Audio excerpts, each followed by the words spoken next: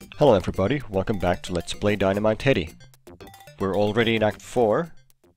First chapter is Terminator 2.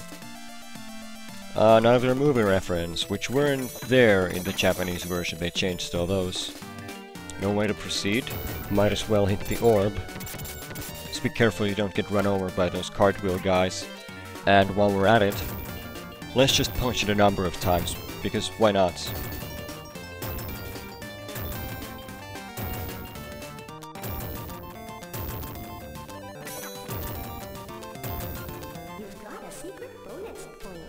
Yeah, that's pretty intuitive, isn't it?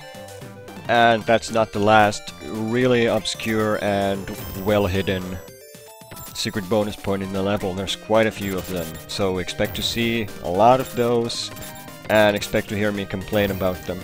That's pretty much my only gripe with this level, and I guess this game in general. The level's pretty good, but it does have its bland low points. You'll see. Be careful not to go too far to the right here, because otherwise head case will disappear. We haven't seen bomb head before. It's pretty self-explanatory. It will destroy all enemies on screen. Of course, it doesn't insta-kill bosses or mini-bosses, like Mons Meg here, for obvious reasons. And I just want to show off his attacks. And there you have it. He either hits you with his fist, or he'll line up those crosshairs and shoot a wave of fireballs at you. Not exactly difficult. Oh, and in case you were wondering what happens if you keep the bomb head on your shoulder when it goes off, you could go all suicide bomber on the enemies. I don't know why you would do that, but the option's there. And one more time, Mons Meg one more time to show just how ridiculously overpowered the Slammer Head is. Yeah, 12 hits, he's down. Doesn't even get the chance to shoot you. I don't know what's going on in the background, don't even ask.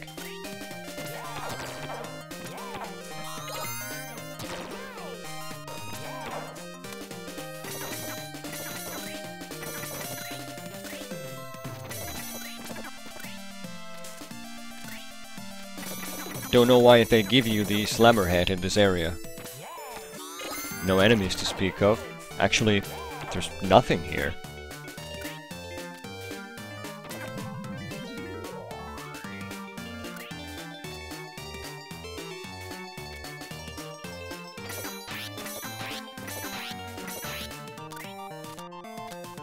So now we're skewering Pac-Man. Kind of brutal, sure. But an extra life is always worth the lives of a couple of Pac-Men, don't you think? So here's a new head. Empty head will grant you invulnerability, as you can see, but it doesn't protect you from falling damage, so don't go jumping down any pits. Tank 04 Super Machine can't be taken out by hitting the obvious glowing red light bulb. You have to take out the driver.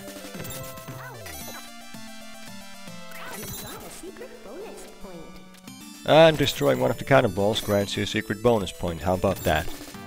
Continuing the series of well-hidden and obscure secret bonus points. I don't know how you'd ever figure that one out.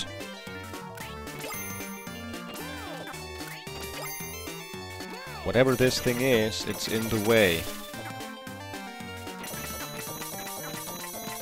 Oh, okay, so it's like a dispensable sink plug. I get it. I tried pushing it off the cliff before, but you can't do that.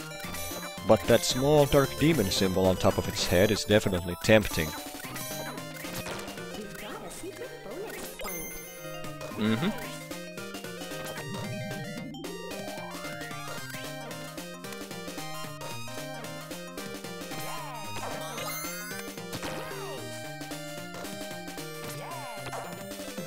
Now, don't quote me on this, but I think this is the only level where you need Vacuum Head to get some of the points. Usually there's a secret wall or some such.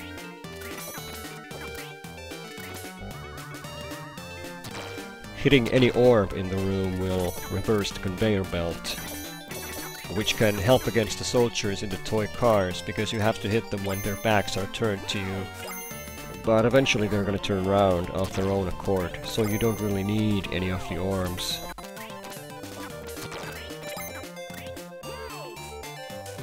Mad Max used to be one of my favorite levels when I was a kid, and looking back on it, I really don't understand why, and goddamn there's another bonus head, might as well do that. Always interrupting your progress. That's why I don't like this basketball minigames, but hey, we're at it, and we have to make 15 shots this time around. This is gonna take quite a while, so once again I think we're gonna do something completely different and just let Headdy do the work here. And this time I think we're gonna take a look at the Master System version. There's also a port for the Game Gear, but from what I've read and heard, it's the exact same game, so we might as well pick up the Master System game, and we'll come back when Headdy has this all cleared out. Right, Dynamite Headdy on the Sega Master System came out in 1995, 1 year after the original, and pretty late in the Master System life cycle. I don't think they made many games for this system at this point. What with the Sega Mega Drive having been released in as early as 1988 in Japan, I think. And really slowly scrolling text instead of an intro video, so we're skipping that. Headdy's in a town and it's being attacked and we're gonna run away. We know the story.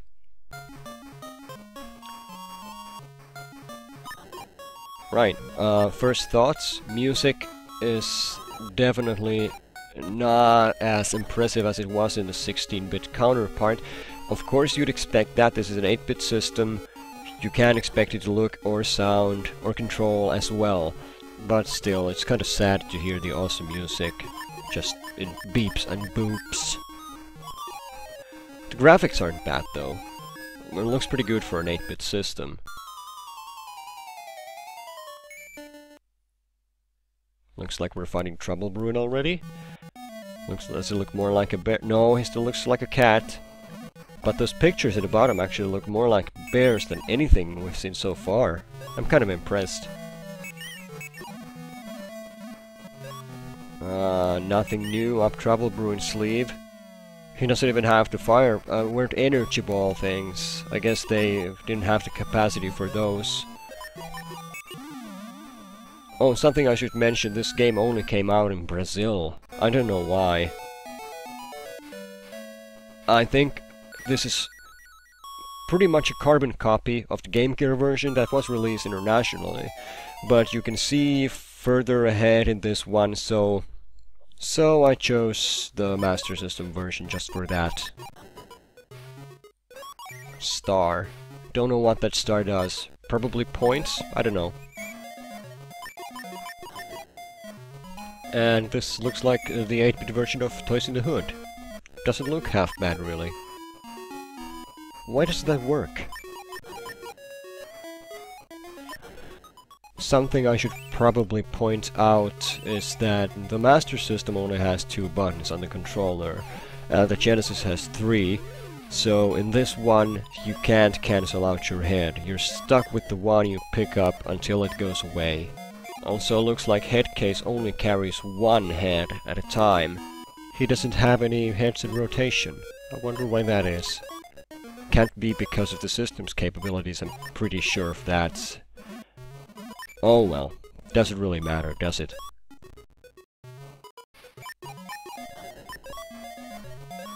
Wow, that is just all kinds of lazy. You just go through the wall. I mean, why wouldn't they put a room in here? You can't even miss this, there's a hangman right there. And it looks like the levels are something of a mishmash, because we didn't see the statues or the Pac-Man until the 4th act in the original. So it looks like they did some cutting up in this one.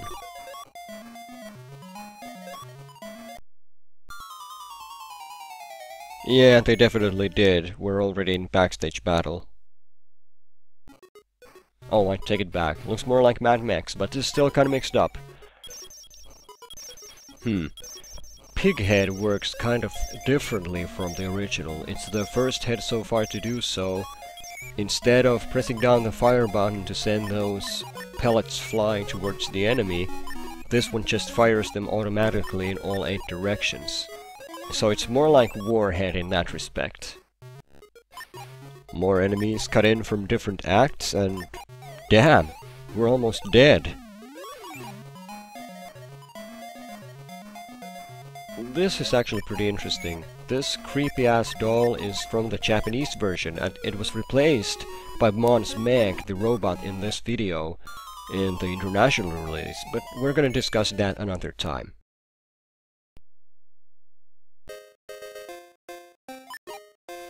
Okay, Mad Dog has been replaced by Crazy Cat, or Bunkers Bear, maybe? I don't know what I'm talking about.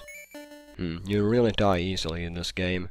And the hitbox is somewhat sketchy too. I don't know how you're supposed to dodge the things he drops on your head. I don't know if there's a strategy. What? You could just stun lock him in the air? Well, that certainly makes things easier. I wonder if they even test blade this thing. There's really no way to defend this sort of thing. No Heather this time around, we're just gonna have to take the key ourselves, and I think we're gonna stop right here. At least for now. Maybe I'll show the game off later in some other video, but this is enough for me now, and I'm not overly impressed by this port. Not really. But yeah, we're gonna go back to 16-bit era and see how Headdy's doing with the basketball game. So I'll see you on the other side. And welcome back. We're almost done. Only one more to go. Come on. There we go.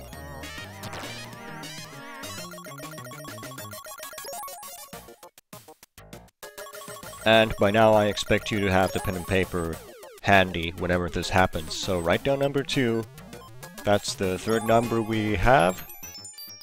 We don't know what they'll do, but we'll find out.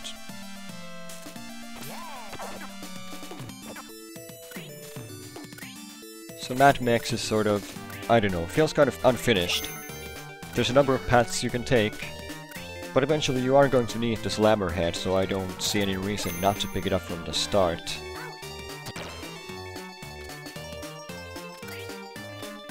Besides, as indicated by the hammer symbols, the slammer head is the only one that can destroy these blue blocks. There's usually just points behind them, but hey, can't leave any points behind.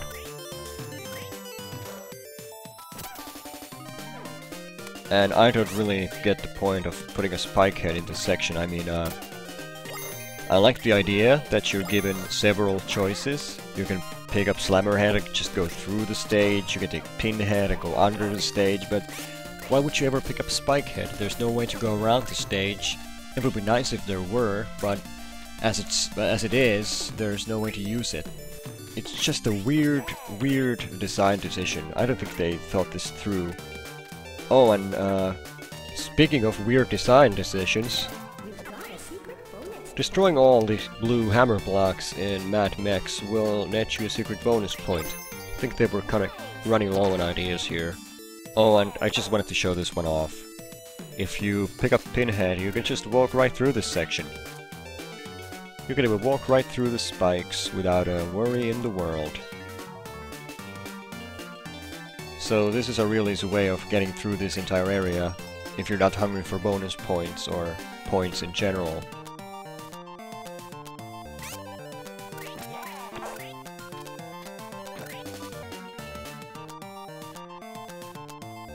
And onwards to Mad Max 2. Simplette, different mechanic.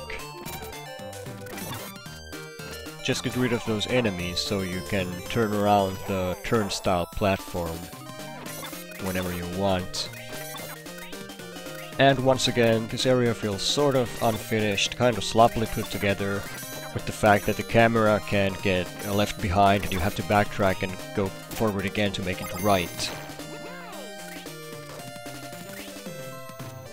The fan-powered platforms are fun though, because you can do this. I could do this all day. Hitting the fan will stop the thing. And if you hit them a number of times, I said a number of times, quite a few times actually, you get a secret bonus point. This is essentially the same kind of secret bonus point that we got at the start of this act, the one with the orb that we had to hit, and I really dislike it. You have to try everything to get all secret bonus points in this act, and there's no thought process involved. Not from you, not from the designers. It's stupid.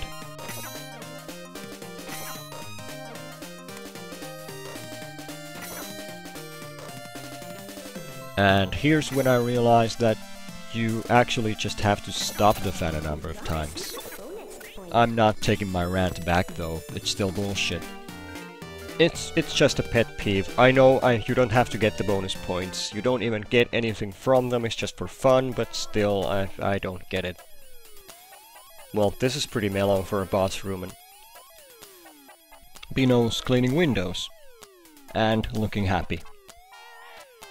Oh, looking happy with all this workplace bullying going on. I mean, every time we've bumped into him, he gets beaten up. I wonder why he still works here. Must get really good benefits. You've got a secret bonus point. Headdy will stop at nothing to get at secret bonus points. He will beat up the maintenance guy, and what are you doing here? Huh. So Heather's actually proven useful. She doesn't just steal our keys, she can also take down keymasters, which is good, I guess, but once again, I don't know if this was just a rushed decision and they didn't have enough ideas for a boss. I don't know. But it doesn't really bother me. All in all, this level's not bad, but it feels kind of rushed. And the secret bonus points especially, they perplex me to no end. With all the clever, innovative ways they could have hidden those things, you just have to wonder what they were going for here. But that's all for Act 4, and that's enough ranting.